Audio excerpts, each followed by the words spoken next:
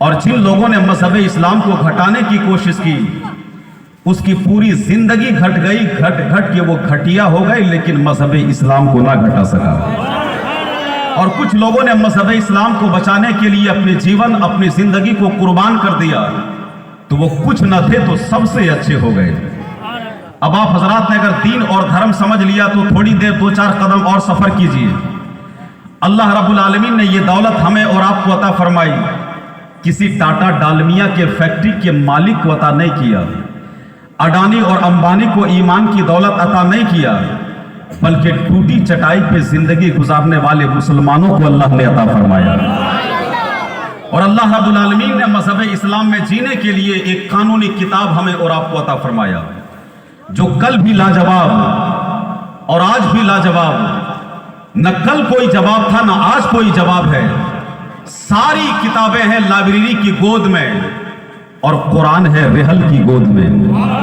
ساری کتابیں ہیں لائبریری کی گود میں اور قرآن ہے رحل کی گود میں۔ اب دنیا میں کون ایسا تھا؟ اللہ رب العالمین نے اپنا کلام، دستور العمل، دستور زندگی، دستور حیات اللہ نے ہمیں اور آپ کو عطا فرمایا۔ اللہ رب العالمین نے کتاب دیا تو تمام کتابوں میں قرآن کا کوئی جواب نہیں۔ اب پلٹ کر یہ جملہ سنیے کہ اللہ نے کتاب دیا تو تمام کتابوں میں قرآن کا کوئی جواب نہیں۔ اللہ نے دین دیا تو تمام دھرموں میں مذہب اسلام کا کوئی جواب نہیں۔ اور اللہ نے نبی دیا تو تمام نبیوں میں محمد مصطفیٰ کا کوئی جواب نہیں۔ اللہ نے نبی دیا تو تمام نبیوں میں محمد مصطفیٰ کا کوئی جواب نہیں۔ گھر گھر مذہب اسلام پہنچانے والے کا نام ہے محمد مصطفیٰ، گھر گھر دین پہنچانے والے کا نام ہے محمد مصطفیٰ۔ محمد مصطفیٰ کی تبلیغ کا کوئی جواب نہیں۔ پیر کے ناخن سے لے کر سر کے بال تک نہ جن کے کردار کا کوئی جواب ہے نہ جن کے گفتار کا کوئی جواب ہے۔ اب آپ نے اگر دین اور دھرم سمجھ لیا تو اب اس کی تحقیق اور جستجو، تو اتنی پارٹیاں بنی کیوں، اتنے دھرم بنے کیوں؟ جب انسان کو اس کی فکر ہوئی کہ ہمیں کس نے بنایا، ہمیں کس نے پیدا کیا۔ اب ایک اس تلاش میں انسان آگے بڑھا، اور جب آگے بڑھا تو یہ باتیں کب پیدا ہوئی؟ جب انسانوں نے چاند سے اس کی چاندنی چھینا، جب سورج سے اس کا کرن چھینا، اور جب انسانوں نے زمین کو پھاڑ کر کے کوئلہ نکالنا شروع کیا، جب انسانوں نے زمین کے سینے پہ ہل جوت کر کے اناج اگانا شروع کیا، تب انسانوں کو یہ بات معلوم ہوئی کہ مجھ جیسے بلی کو کس نے پیدا کیا۔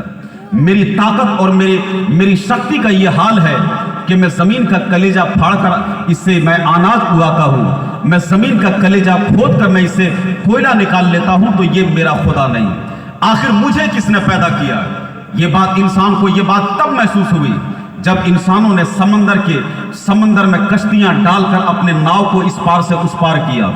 انسانوں نے سوچا کہ یہ سمندر میرا خدا ہو، لیکن جب سمندر کے پانی کو بوتل میں ڈالا اور بوتل کو فریزر میں ڈالا اور فریزر میں جب برف کا روپ لیتے ہوئے دیکھا، تو انسانوں نے اپنی شکتی کی طرف دیکھا اور یہ محسوس کیا کہ جب میری شکتی اور میری طاقت کا یہ حال ہے کہ میں پانی کو پانی کر دیتا ہوں، تو مجھ جیسے بلی اور پہلوان کو کس نے پیدا کیا؟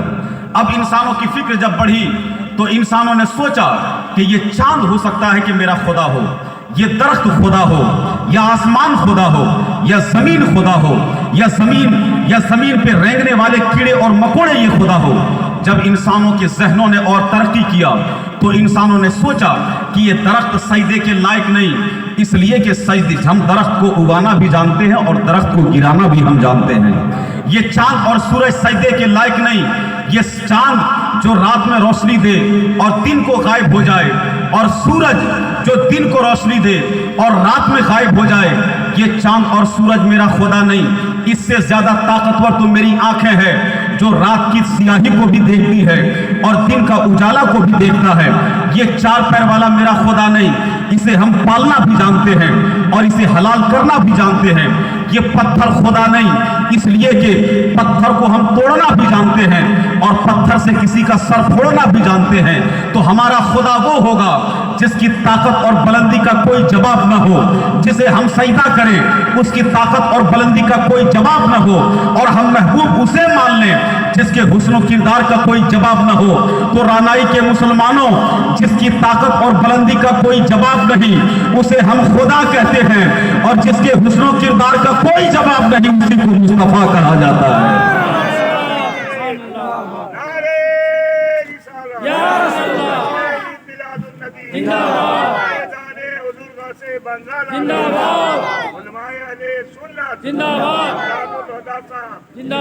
جس کی طاقت اور بلندی کا کوئی جواب نہیں اسے خدا کہتے ہیں، اور جس کے حسن اور کردار کا کوئی جواب نہیں اسی کو ہم مصطفیٰ کہتے ہیں۔ اب اس کی تلاش اور جستجو اور سند اور دلیل، تو ایک سند اور ایک دلیل میں آپ سب کے حوالے سے پیش کروں۔ کتاب کا نام ہے رگ وید، اور رگ وید کا گایتری منتر ہے، اور رگ وید کے گایتری منتر میں کہا کہ یکم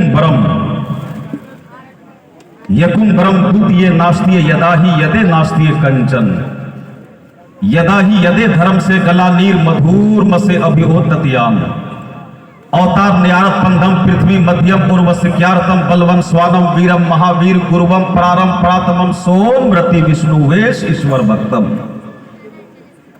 اب اس کی تلاش اور جستجو ہے تو اتنی پارٹیاں یہ بنی کیوں، اتنے دھرم بنے کیوں؟ اب انسان کو اس کی فکر ہوئی۔ اب یہ منتر میں نے اس لیے پڑھا کہ آپ خوش ہو جائیں ایسے کو پا کر جو خود ملا اور جس کے صدقے میں ہمیں خدا ملا۔ اور اگر ہندو بھائی میرے اگل بگل میں ہو تو وہ میری باتیں غور سے سنیں، اگر میری باتیں غلط ہے تو آپ میری کلائی پکڑ لیں، اور میری باتیں اگر ستیہ ہے سچ ہے تو توڑ دے کفر کو اور سچائی کو قبول کر لیں۔ کہا کہ یکم برم ایک ہے دوسرا نہیں۔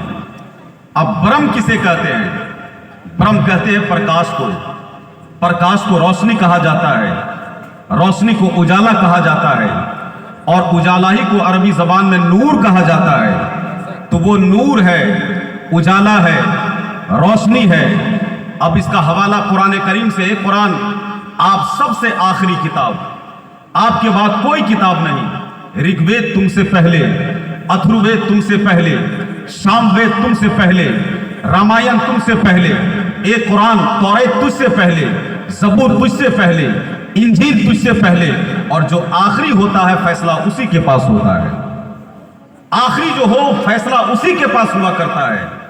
آپ نے گولی چلائی اور گولی کے بعد آپ چلے کورٹ میں، اور جب آپ کورٹ میں پہنچے تو پہلے گواہی پیش کرنا پڑتا ہے، اس کے بعد جج اپنا مقدمہ بعد میں سناتا ہے، وکیل پہلے وکالت کرتا ہے، جج کا ججمنٹ بعد میں ہوا کرتا ہے۔ تو قرآن تجھ سے پہلے رگ وید، اتھرو وید تجھ سے پہلے، شام وید تجھ سے پہلے، توریت تجھ سے پہلے، انجیل تجھ سے پہلے، ایک قرآن تو آخر میں، اور جو آخر میں ہوتا ہے فیصلہ اسی کے پاس ہوتا ہے، ججمنٹ وہی دیا کرتا ہے۔ تو قرآن نے ہمیں ججمنٹ دیا کہ اللہ نور السماوات والارض مثل نورہ کمشکات فیہا مصباح۔ قرآن نے اعلان کیا کہ اللہ نور ہے، اللہ روشنی ہے، اور جب نور ہے تو ہے کہاں؟ ایک نقطے کی بات۔ اور جب اللہ نور ہے تو ہے کہاں؟ دائیں ہے، اوپر ہے، نیچے ہے کہاں اللہ؟ اوپر ہے، اللہ ہے کہاں؟ کچھ لوگ دکانوں میں مذہب کے پرچارک بنے پھرتے ہیں، اور دکانوں میں چائے پی کر یہ کہتے ہیں کہ میں نہیں جانتا ہوں، اوپر والا جانتا ہے۔ ایک چور ایک بوڑھیا کے گھر میں داخل ہوا چور، اور چور جب داخل ہوا تو گھر کے سارے سامان کو صاف کیا۔ صاف کرنے کے بعد وہ بوڑھی عورت چیخ پڑی چور کو دیکھ کر کے کہ چور چور چور۔ تو محلے کے دو چار لوگ اٹھ گئے اور اٹھ کر کے عورت کے گھر آ گئے، اور جب آئے تو کہا کہ کہاں ہے چور؟ جب لوگ آئے تو کچھ چور اوپر چھپ گئے، کچھ چور چارپائی کے نیچے چھپ گئے۔ لوگوں نے آ کر کے کہا کہ بوڑھی عورت اتنی رات کو سب کو جگایا، ہلہ کیا، سب کو بلایا، جھوٹ بولتی ہے، تیرا گلا دبا دیں گے۔ تو اس بوڑھی عورت نے کہا کہ بیٹا اگر ہم جھوٹ بولتے ہیں تو اوپر والا جانتا ہے۔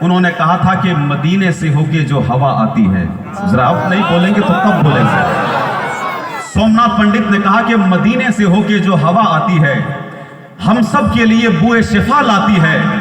وہ کیسے لوگ ہیں جو محمد کو اپنی طرح کہتے ہیں، میں ہندو ہوں مگر مجھے حیا آتی ہے۔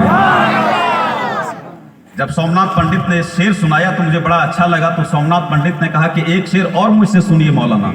میں نے کہا کہ سنائیے، تو سومناتھ پنڈت نے کہا تھا کہ میں صابر ہوں صابر جابر نہیں، ثنا خان احمد ہوں باغی نہیں، دنیا لاکھ کہے مجھے سومناتھ میں پنڈت ہوں مگر وہابی نہیں۔ دنیا لاکھ کہے مجھے سومناتھ میں پنڈت ہوں مگر وہابی نہیں، میں پنڈت ہوں مگر وہابی نہیں۔ اب نبی رحمت علیہ الصلوۃ والسلام کی مقدس بارگاہ میں ابو جہل آیا، اور ابو جہل آیا تو مٹھی میں قید کر کے لایا، بند کر کے لایا، اور نبی کے راستے میں آ کر کھڑا ہو گیا کہ اے نبی آپ بتائیے کہ میری مٹھی میں ہے کیا، میری مٹھی میں ہے کیا، آپ بتائیے۔ تو مصطفیٰ جان رحمت نے ارشاد فرمایا، ابو جہل یہ نہ پوچھو مجھ سے کہ تیری مٹھی میں ہے کیا، جو تیری مٹھی میں ہے اس سے پوچھ لے کہ میں کیا ہوں۔ ابو جہل بڑا مسکرانے لگا۔ اچھا ایک بات علامہ صاحب، ابو جہل کوئی آسانی کے ساتھ نہیں بنتا ہے، بڑی محنت کرنی پڑتی ہے تب کوئی جا کر ابو جہل بنتا ہے۔ کان ہوتے ہوئے حق قبول نہ کرے، سن نہ سکے، آنکھ ہوتے ہوئے حق دیکھ نہ پائے، دماغ رہتے ہوئے حق قبول نہ کر پائے، جب یہ ساری سائیڈیں فیل ہوتی ہے تب جا کر کوئی ابو جہل ہوتا ہے۔ تو ابو جہل نے کہا کہ بتائیے میری مٹھی میں ہے کیا؟ نبی نے فرمایا کہ ابو جہل یہ نہ مجھ سے پوچھ کہ تیری مٹھی میں کیا ہے، جو تیری مٹھی میں ہے اس سے پوچھ لے کہ میں کیا ہوں۔ ابو جہل ہنسنے لگا، اور جب ابو جہل ہنسنے لگا تو نبی نے فرمایا کہ ابو جہل ہنستا کیوں ہے؟ تو ابو جہل نے کہا کہ میں اپنی فتح، میں اپنی جیت محسوس کر رہا ہوں اس لیے میں مسکرا رہا ہوں۔ کہا کیسے اپنی جیت محسوس کر رہے ہو؟ ابو جہل نے کہا کہ میں اپنی جیت اس لیے محسوس کر رہا ہوں کہ وہ کیا بولیں گی جن میں کبھی زبان نہیں، جن میں کبھی قوت نہیں، جن میں کبھی طاقت نہیں، جن میں کبھی بولنے کی سکت اور صلاحیت نہیں، جن میں کبھی چلنے کی سکت اور صلاحیت نہیں، تو وہ کیا بولیں گی؟ اس لیے میں اپنی فتح محسوس کر رہا ہوں۔ نبی نے فرمایا کہ ابو جہل ذرا کان کے قریب کر۔ ابو جہل نے جب کان کے قریب کیا تو کہا کہ نہیں بولتی ہے، یہ کون ہے، کیا ہے، کہاں ہے، نہیں بولتی ہے۔ اب ٹھہر جائیے اور ٹھہر کر کے چلیے دلی۔ دلی میں ہے حضرت بختیار کاکی۔ حضرت بختیار کاکی کی بارگاہ میں بختیار کاکی کا خیرات اللہ ہم سب پہ صدقہ کرے، اور بختیار کاکی کے تربت کو اللہ اور روشن اور منور کرے۔ بختیار کاکی کی بارگاہ میں روزانہ ایک بوڑھی عورت آتی تھی اور آنے کے بعد یہ کہتی تھی کہ سرکار آپ کی بارگاہ میں روزانہ کچھ لانا چاہتی ہوں لیکن کبھی غریبی نے گھر کا دروازہ نہیں چھوڑا، کیا لاؤں؟ حضور آج ایک انڈا لائی ہوں، مرغی کا انڈا لائی ہوں، اسے قبول کر لیجئے۔ تو اللہ کا ولی یہ نہیں دیکھتا ہے کہ بارگاہ میں لایا کیا ہے، اللہ کا ولی یہ دیکھتا ہے کہ لانے والے کا دل کیسا ہے۔ اور دلی کے دلدار کی نظر ڈائریکٹ دل پہ، اور دلی کے دلدار نے ڈائریکٹ دل کو پڑھ لیا۔ اب یہیں سے حضرت جمشید لاتی کی توجہ کے ساتھ جب دلی کے دلدار کے پڑھنے کا یہ عالم ہے تو مدینے کے تاجدار کا پڑھنے کا عالم کیا ہوگا؟ جب ان کے گدا بھر دیتے ہیں شاہان زمانہ کی جھولی، جب محتاج کا یہ عالم ہے تو مختار کا عالم کیا ہوگا؟ اور تھوڑی دیر میں گفتگو کرتا ہوں جب تک پیر صاحب نہیں آ جائے۔ ایک کو کم کیجئے بھیا، ہے آپریٹر، مانیٹرنگ کرنے والا کوئی نہیں ہے، سب انتقال ہو گیا کیا؟ تو جب دلی کے دلدار کا پڑھنے کا یہ حال ہے تو مدینے کے تاجدار کا پڑھنے کا حال کیا ہوگا؟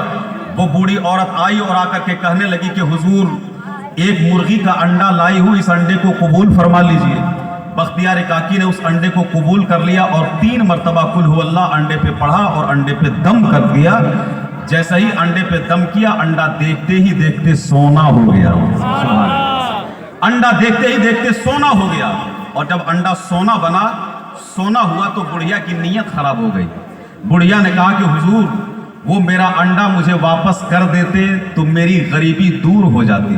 واپس کر دیجیے، آپ کا کیا جاتا ہے، آپ دم کر لیں گے پورا محل سونا ہو جائے گا، آپ وہ انڈا مجھے واپس کر دیجیے، میری غریبی دور ہو جائے گی۔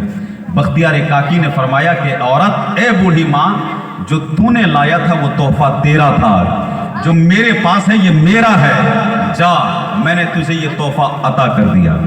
اب وہ عورت انڈے کو لے کر کے چلی، اور جب چلی تو واپس پھر پلٹی، اور پھر واپس پلٹنے کے بعد کہا سرکار آپ نے جو نسخہ پڑھ کر کے انڈے پہ دم کیا وہ نسخہ بھی بتا دیجئے تاکہ بار بار یہاں آنے کی نوبت نہ آئے۔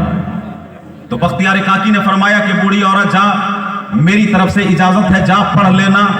وہ بوڑھی عورت آئی، اپنا گھر آئی، گھر کے سارے سوراخ کو، دروازے کو بند کیا، اپنے بوڑھے شوہر کو ڈھونڈ کے لایا کہ کہاں تھے آپ؟ مقدر بنانے کی بات ہو رہی تھی، آپ کہاں چائے پی رہے تھے؟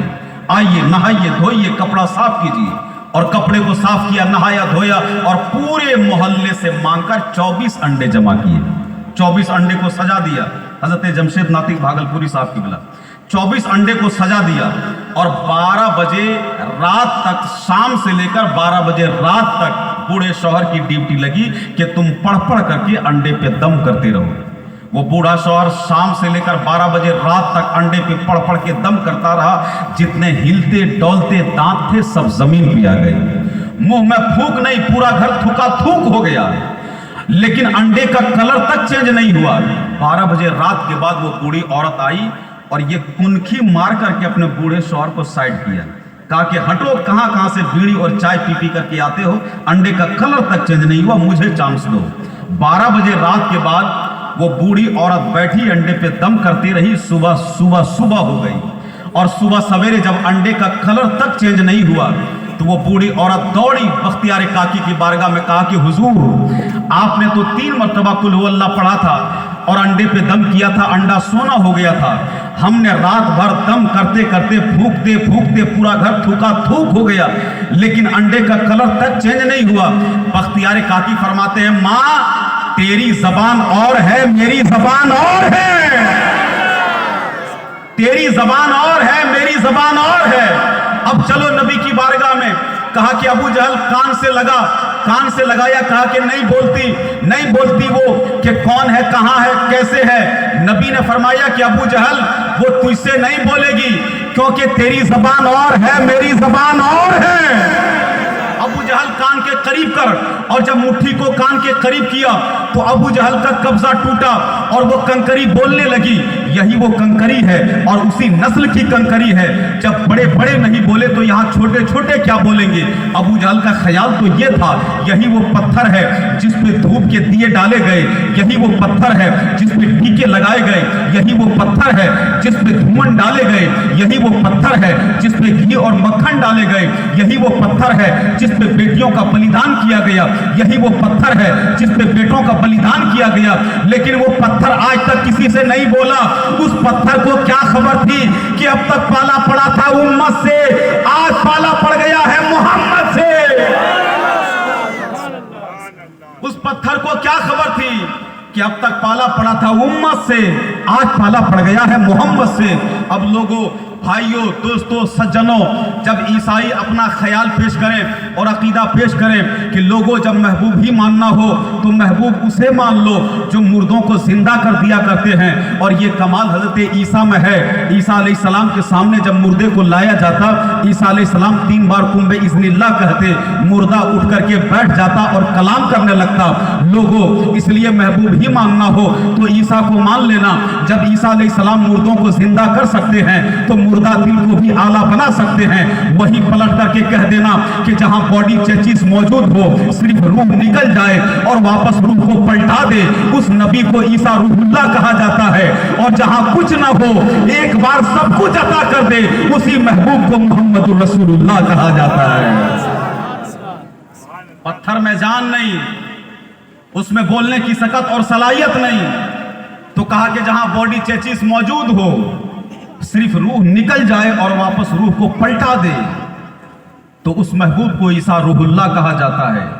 اور جہاں کچھ نہ ہو، ایک بار سب کچھ عطا کر دے، اسی محبوب کو محمد رسول اللہ کہا جاتا ہے، اسی محبوب کو محمد رسول اللہ کہا جاتا ہے۔ اب حضرات، اس پنڈت جی نے کہا تھا کہ گنگا جنم پنڈتم گونانم سواہا، بتاؤ کہ وہ محبوب ہیں کیسے؟ تو کہا کہ سندر روپ کمل مسکائے۔ ذرا بولیے، محبت کے ساتھ بولیے، کہا کہ سندر روپ کمل مسکائے نام محمد جگ جگ چھائے. اچھا کیا تعلق ہے حضور کا کھجور سے, کیا تعلق ہے مولانا جمشید صاحب, کیا تعلق ہے علامہ نعیم اختر صاحب, کیا تعلق ہے حضور کا کھجور سے. چھت ہو تو کھجور کی, زمین ہو تو کھجور کی, در و دیوار ہو تو کھجور کے, غذا ہو تو کھجور, یعنی چاروں طرف کھجور ہی کھجور, بیچ میں جلوے حضور. کہا کہ پنڈتم گو نانم سواہا, گنگا جنم پنڈتم گو نانم سواہا. کیا وہ محبوب گنگا کے پوتر دھار کے طرح ہیں؟ کہا کہ فکر نہ کرو, سب بھاگے دھار کے طرف اور دھار بھاگے مدینے کے تاجدار کے طرف. سب بھاگے دھار کے طرف اور دھار بھاگے مدینے کے تاجدار کے طرف. اب یہیں سے چلو, 1200 کم و بیش صحابہ کرام ہیں, کم و بیش 1200 صحابہ کرام ہیں, سب کے سب پیاسے. ان کے ساتھ جانور ہیں, جانور بھی پیاسے, برتن ہیں, خالی برتن ہے. سب نے گھیر لیا اللہ کے حبیب کو اور سب نے کہا کہ یا رسول اللہ پیاسے ہیں, پانی چاہیے, یا رسول اللہ پانی دیجئے. تو اللہ کے حبیب نے یہ نہیں فرمایا کہ زمین کھودو وہاں سے پانی ابل پڑے گا اور پانی پی لینا. اللہ کے نبی نے یہ نہیں فرمایا کہ یا پہاڑ میں چشمے جاری ہے وہاں سے پانی پی لو سیراب ہو جاؤ, بلکہ سب کو قریب کیا اللہ کے حبیب نے.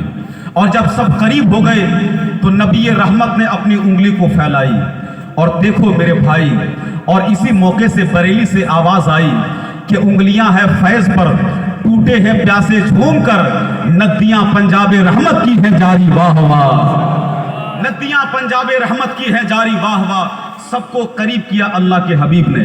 اور جب سب قریب ہو گئے تو نبی نے اپنی انگلی کو پھیلائی, اور اپنی جب انگلی کو پھیلائی تو نبی کی انگلی سے یہ کھائیوں سے پانی جاری ہونا شروع ہو گیا. میں نے پوچھا کہ لوگوں, بھائیوں, بہنوں, جہاں سے پسینے اور خون جاتے ہیں, نمودار ہوتے ہیں, اترتے ہیں, نبی نے وہاں سے پانی نکال کے بتایا لوگوں کو. اب لوگوں غور کرو, بھائیوں غور کر لو, دوستو غور کر لو. حضرت موسیٰ علیہ السلام کی طرف ذرا اپنے ذہن کو مبذول کرو.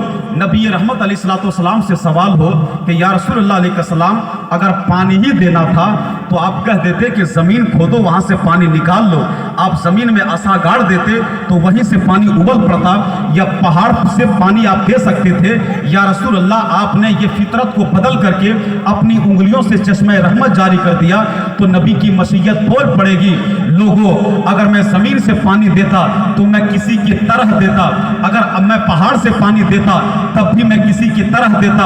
اور جب تاریخ کا مطالعہ کرو گے تو موسیٰ علیہ السلام کی قوم نے جب موسیٰ علیہ السلام سے پانی مانگا تھا تو موسیٰ علیہ السلام نے عصا کو زمین پہ گاڑ دیا, وہیں سے چشمہ ابلنا شروع ہو گیا. تو لوگوں جو زمین سے پانی نکال دے اسے موسیٰ کلیم اللہ کہا جاتا ہے, اور پہاڑ سے تو ابراہیم علیہ السلام جد امجد ہیں. ان کے بیٹے اسماعیل علیہ السلام جب ماں باپ سے جدا ہوئے اور ایڑی رگڑنے لگے پہاڑ پہ تو وہاں سے چشمہ جاری ہوا جسے آب زمزم کہا جاتا ہے. تو زمین سے جو پانی دے دے اسے موسیٰ کلیم اللہ کہا جاتا ہے, اور جو پہاڑ سے پانی دے دے اسے اسماعیل ذبیح اللہ کہا جاتا ہے. اور جو فطرت کو بدل کر چشمہ رحمت جاری کر دے اسی محبوب کو محمد الرسول اللہ کہا جاتا ہے. جو فطرت کو بدل کر چشمہ رحمت جاری کر دے اسی محبوب کو محمد الرسول اللہ کہا جاتا ہے. ایک اور حدیث پاک سنو, اس کے بعد سیوا سماپت. لولاک لما خلقت الافلاک والارضین. میدان محشر میں سب نفسی نفسی کی عالم میں ہوں گے, کوئی کسی کا پرسان حال نہ ہوگا, کوئی کسی کی ہیلپ نہ کرے گا, کوئی کسی کی مدد نہ کرے گا. سب کے سب پریشان حیران. اور جب سب پریشان ہوں گے, سب پریشان ہوتے دیکھیں پیر طریقت رہبر راہ شریعت حضرت علامہ سید سیف الحسین بخاری صاحب کی بلا تشریف لا رہے ہیں. آپ حضرات کھڑے ہو کر کے سید صاحب کا استقبال کیجئے. نعرہ بچے لگا رہے ہیں, آپ حضرات بھی مل کر نعرے کا جواب دیں. اللہ اکبر. مرحبا مرحبا. نعرے تکبیر, نعرے رسالت, جشن میلاد النبی, فیضان حضور غوث بنگال علیہ الرحمہ, فیضان حضور بخاری علیہ الرحمہ, حضرت علامہ سیف الحسین صاحب قبلہ، حضرت علامہ سید سیف الحسین صاحب قبلہ، حضور پیر طریقت سید سیف الحسین صاحب قبلہ، نعرہ تکبیر، نعرہ رسالت، حضور پیر طریقت صاحب قبلہ، سید سیف الحسین صاحب قبلہ، نعرہ تکبیر۔ اللہ اکبر۔ آپ کی دعا حضرت، نعرہ تکبیر، نعرہ رسالت۔ حضرت تشریف لا چکے ہیں، آپ لوگ آرام سے بیٹھیے، حضرت کے چہرے کی زیارت کریں اور ثواب حاصل کریں، اور پھر بعد میں حضرت سے ملنے کا شرف بھی حاصل ہوگا۔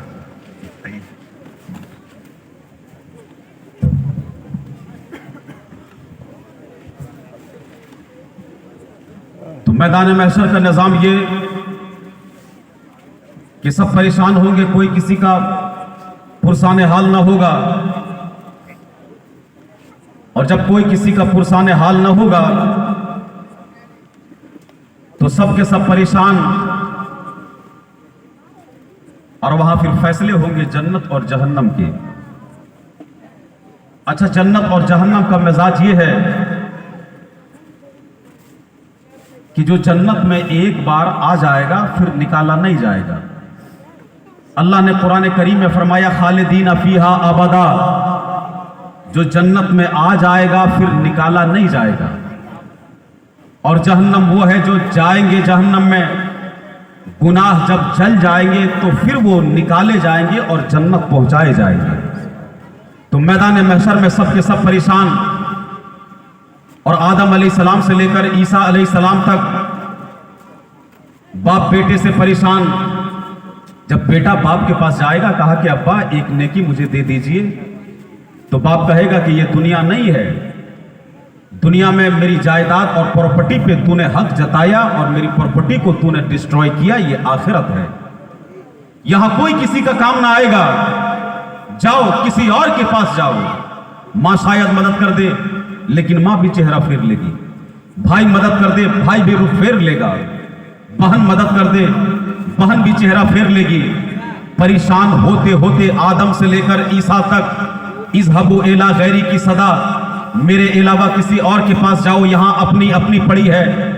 اور سب کے پاس ہوتے ہوتے نبی محترم کی بارگاہ میں پہنچ جائیں گے، اور وہ کہیں گے کہ یا رسول اللہ، باپ نے جس سے چہرہ پھیر لیا وہ ہم ہیں، بھائی نے جس سے رخ موڑ لیا وہ ہم ہیں، ماں نے جس سے چہرہ پھیر لیا وہ ہم ہیں، بہن نے جس سے راستہ صاف کیا وہ ہم ہیں۔ یا رسول اللہ، نہیں سنتا ہی نہیں مانگنے والا تیرا، اور سب نے صفِ محشر میں للکار دیا ہم کو، اے بے قصوں کی آقا اب تیری دہائی ہے، اے بے قصوں کی آقا اب تیری دہائی ہے۔ تو اللہ کے نبی علیہ السلام فرمائیں گے، اے گنہگارو، میدان محشر میں جہاں سب کو اپنی اپنی پڑی ہے، وہی محمد کو سب کی پڑی ہے، وہی محمد کو سب کی پڑی ہے۔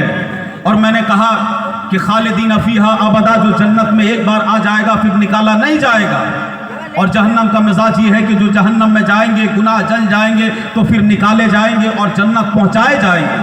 ایک آدمی کا فیصلہ ہوگا کہ اسے جہنم میں ڈال دو، فرشتے جب لے کر کے چلیں گے تو وہ کہے گا کہ پروردگار، جہنم کو جانا ہی ہے، ذرا جنت کا گیٹ دیکھ لیتا کہ جنت کا گیٹ کیسا ہے۔